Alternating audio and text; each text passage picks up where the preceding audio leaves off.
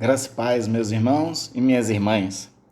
Voltamos com a meditação em mais um salmo, em tempos de pandemia, buscando sempre trazer uma reflexão que nos direcione, que nos traga esperança e que mostre para nós o quão poderoso é o nosso Deus, a partir dessas orações, desses salmos de louvores que são tão ricos e trazem grandes verdades da experiência que o povo de Israel teve com o Senhor nosso Deus. Hoje quero com você meditar no Salmo 107. Este salmo eu estou dando para ele o título de Deus nos salva de todas as angústias. E nós vamos ver o porquê. Esse salmo, ele é uma espécie de salmo de recordação e de ação de graças por todos os livramentos de Deus. O povo de Israel aqui, que emite esse salmo, o salmista, ele já está num período pós-exílio, onde eles acabaram de retornar do cativeiro babilônico. Então eles escrevem esse salmo aqui, clamando ao povo que adore a Deus e reconheça o Senhor Todo-Poderoso. Então você vai ter, por exemplo, nos versículos 1 a 3, justamente esse convite a essa adoração, por conta do regresso, por conta de Deus tirar ele de todas as nações da terra e congregar novamente ele nas suas terras, onde ele diz: rendei graças ao Senhor, porque ele é bom, e a sua misericórdia dura para sempre. Digam-nos os remidos do Senhor, os que ele resgatou da mão do inimigo, e congregou de entre as nações, do Oriente, do Ocidente, do Norte e do Mar. Então você vê aí esse convite, essa adoração, porque Deus, que tinha antes espalhado o povo de Israel, agora traz eles de volta para a sua terra, e isso é motivo de render graças ao Senhor nosso Deus. A sequência do Salmo vai trazer 4 outras recordações de livramentos da parte de Deus, e essas 4 outras recordações, que estão em 4 parágrafos diferentes, eles têm uma dinâmica que você vai perceber. Ele é dividido da seguinte forma, cada livramento desse. Existe a causa da angústia, existe a angústia em si, o clamor do povo mediante essa angústia, a redenção de Deus como resposta e, por último, a ação de graças pelas respostas que Deus deu de livramento. Então você tem causa, angústia, clamor, redenção e ação de graças. As 4 vão seguir esse ritmo. E aí eu gosto de me prender com vocês, principalmente nas angústias e nas ações de graça. Por exemplo, nas angústias são 4. Você vai ter fome e sede, que o povo de Israel passou, está bem específico ali no versículo 5, onde diz: famintos e sedentos desfalecia neles a alma. Pode ser uma recordação do tempo que eles passaram 40 anos no deserto, ou pode ser também o tempo de peregrinação que durou o cativeiro, né? Onde eles estavam, pode ser uma figura de linguagem também. Então eles estavam famintos e sedentos por Deus. A segunda angústia que eles têm foi de serem prisioneiros, está no versículo 10. Alguns se assentaram nas trevas e nas sombras da morte, presos em aflição e em correntes de ferro. Isso é uma referência ao tempo que eles passaram no cativeiro, como prisioneiros. Boa parte do povo de Israel foi para lá para trabalhar, para ser escravo, e outros foram presos mesmo. Terceira angústia da qual Israel passou é que eles sofreram enfermidades por conta da comida ou por falta dela. Você lembra que, por exemplo, você tem lá o Daniel, os seus amigos, que não queriam comer das iguarias dos babilônios, né? Então algum povo desse aí também acabaram passando por muita dificuldade a respeito dessas comidas. Talvez eles tenham passado mal por comerem ou passado mal por não comer, e o versículo 18 diz que isso gerou enfermidades, onde diz no versículo 18: abominaram todo tipo de comida e chegaram às portas da morte. Aí eles clamam a Deus também.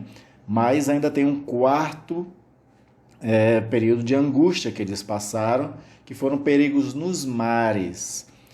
Não se existe muitos relatos de que Israel teve frotas marítimas. Existem possibilidades e inferências na época de Salomão. Posteriormente a isso, não existe tanta certeza se eles desbravaram tanto assim os mares. Mas a verdade é que, mesmo que eles não navegassem tanto, o povo de Israel, mas eles dependiam daqueles que navegavam para a questão comercial, para eles exportarem produtos e para importarem produtos.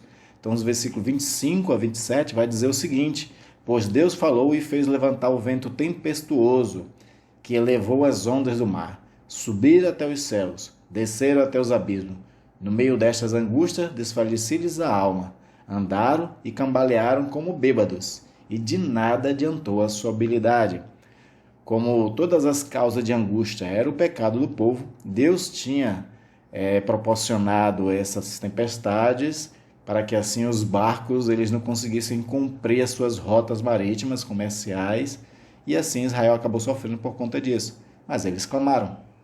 Então quero ver com você também os 4 momentos de clamor que é registrado em cada situação dessa.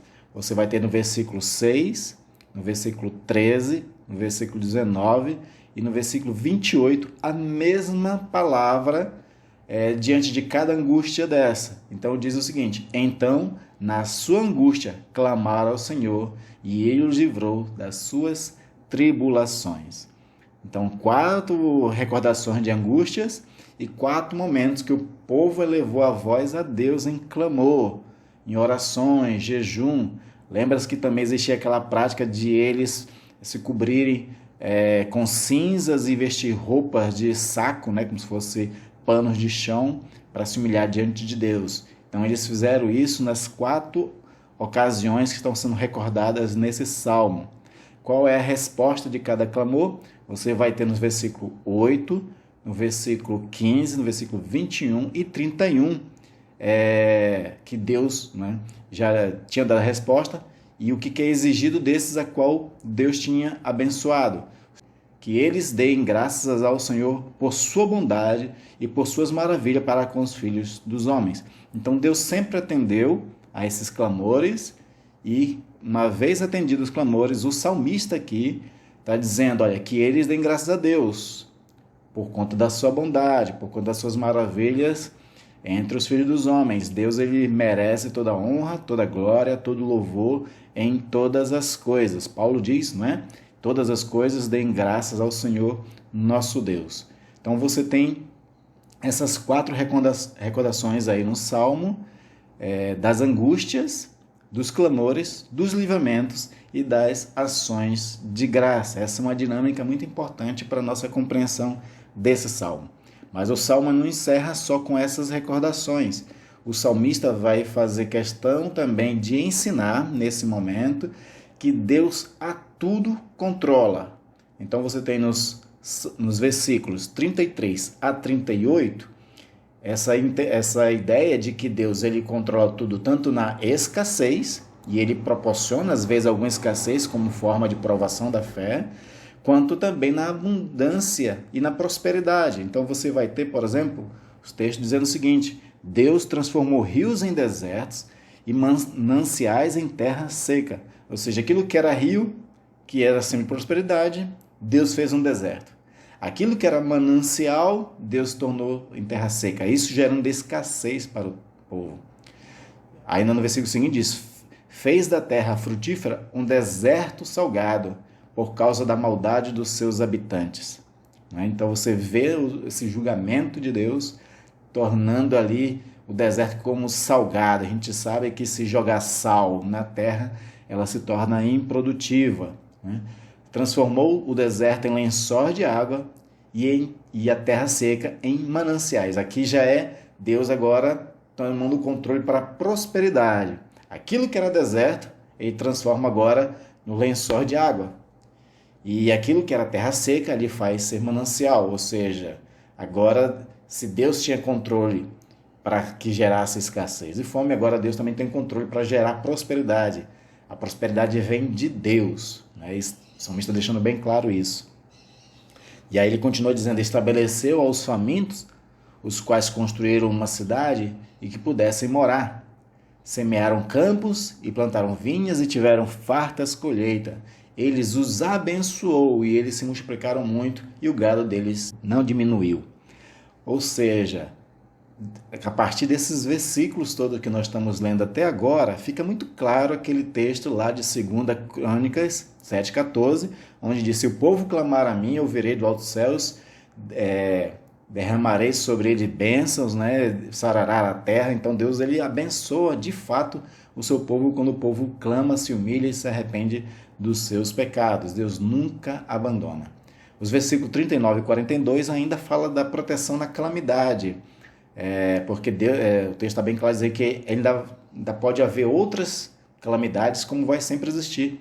Jesus disse: no mundo tereis aflições, de seus discípulos, por conta da perseguição e outras coisas que eles iam sofrer. Mas as calamidades, elas são uma característica que já existe no mundo desde o pecado original. O pecado original é que trouxe toda essa sorte de males que nós vivemos até hoje.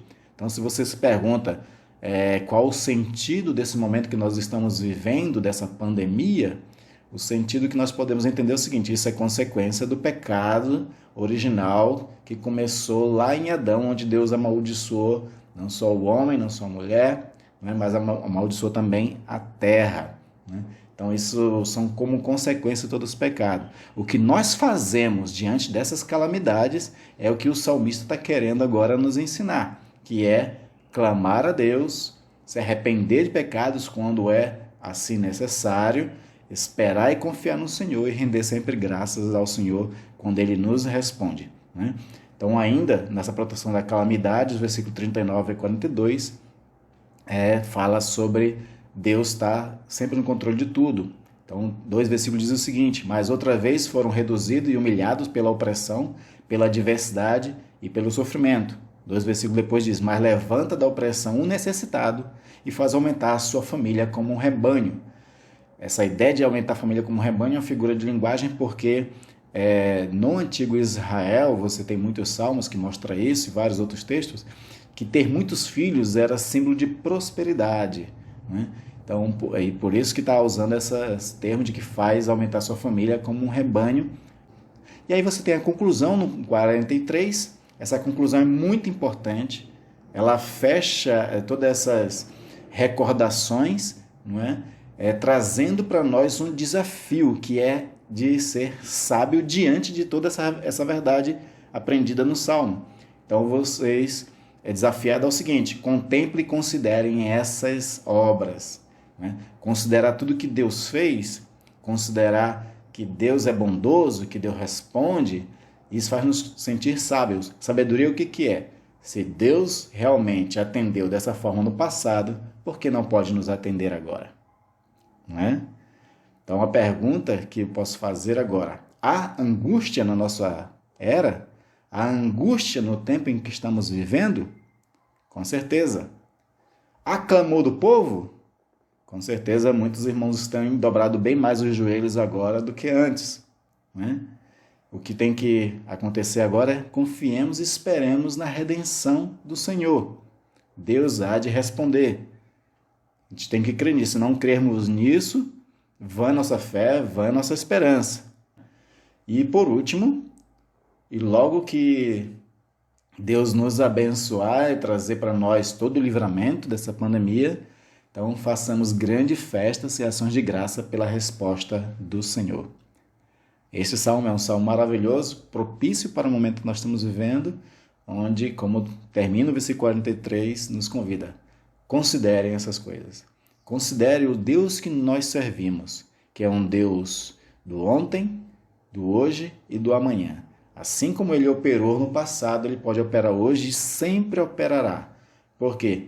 Porque Deus ama o seu povo, vela pelo seu povo, não dorme e nem dormita o guarda de Israel. E todas as coisas cooperam para bem daqueles que o amam. Então, queridos, no momento de angústia, clamemos ao Senhor, confiemos e rendemos a Ele toda honra, toda glória, todo louvor.